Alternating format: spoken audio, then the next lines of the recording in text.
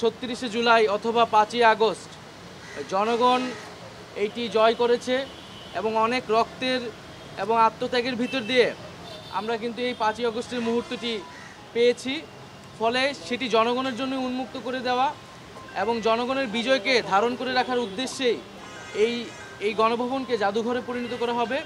এবং এটি শুধু বাংলাদেশেই নয়, আমরা পৃথিবীর বুকে একটি নিদর্শন হিসেবে রাখতে চাই যে কোনো স্বৈরাচারী ফ্যাসিস্ট খুনি রাষ্ট্রনায়কদের আসলে কি পরিণত হয় এবং জনগণই যে আসল মালিকানার এবং ক্ষমতার মালিক, সেই বিষয়টিকে একটি নিদর্শন হিসেবে পুরো পৃথিবীর বুকে রাখার জন্যই আমরা এই গণভবনটিকে জুলাই গণঅভ্যুত্থানের স্মৃতি জাদুঘরে পরিণত করার সিদ্ধান্ত নিয়েছি সরকারের পক্ষ থেকে।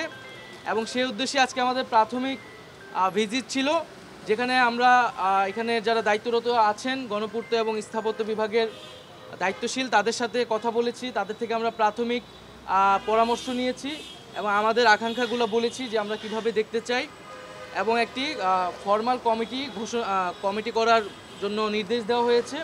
হয়তো আগামীকালের মধ্যেই কমিটিটি হয়ে যাবে এবং কমিটি হলে এটি হয়তো নেক্সট সপ্তাহ থেকে আমরা কাজ শুরু করব এবং বলা হয়েছে যাতে দ্রুত সময়ের মধ্যে আমরা এটি উদ্বোধন করতে পারি, সেই জন্য খুব দ্রুত গতিতে কাজ সম্পাদন করার জন্য। কমিটিতে কারা থাকবে? কমিটিতে যারা বিশেষজ্ঞ রয়েছেন স্থাপত্য সাথে জড়িত এবং জাদুঘর বিশেষজ্ঞ এবং যারা আর্টিস্ট রয়েছেন তাদের থেকেও, এবং আমরা বিদেশে যারা রয়েছে জাদুঘর বিষয়ে বিশেষজ্ঞ বা এরকম অভ্যুত্থানের স্মৃতি জাদুঘর করার অভিজ্ঞতা রয়েছে তাদের সাথেও যোগাযোগ করার পরামর্শ নেওয়ার জন্য বলা হয়েছে। 250-টিরও বেশি ডিজাইন অপশন নিয়ে ওয়ালটন স্মার্ট ফ্রিজ, বোঝে আপনার প্রয়োজন। আজকে আপনাদের ভিজিটটা কেমন ছিল, মানে কি কি দেখলেন? এখানে প্রথমত যে এই যে 36 দিনের যে অভ্যুত্থানটি, সেই অভ্যুত্থানের পুরো সামগ্রিক স্মৃতিটা থাকবে, দিনলিপিতে থাকবে। আমাদের যে শহীদ যারা হয়েছেন এই আন্দোলনে তাদের স্মৃতি থাকবে, তাদের তালিকা থাকবে। এবং এই আন্দোলন ছাড়াও গত 16 বছরে আমরা এই অভ্যুত্থানটাকে তো একটা 16 বছরের একটা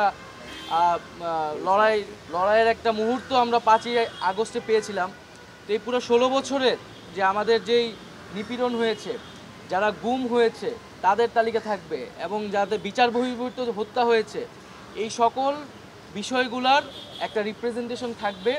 এবং যেখানে আমরা সিদ্ধান্ত নিচ্ছি এই যে স্থাপত্যটি এখন ভগ্নাবশেষ অবস্থায় আছে সেটিকে সর্বোচ্চ সেই অবস্থায় রেখেই আমরা এই জাদুঘরটি করা হবে এবং এখানে কিছু ডিজিটাল রিপ্রেজেন্টেশনও থাকবে। আমরা এই ভগ্নাবশেষগুলো রেখেই আমরা কিছু ডিজিটাল কার্যক্রমের মাধ্যমে জাদুঘরটি থাকবে এবং পুরো 16 বছরের আমরা একটা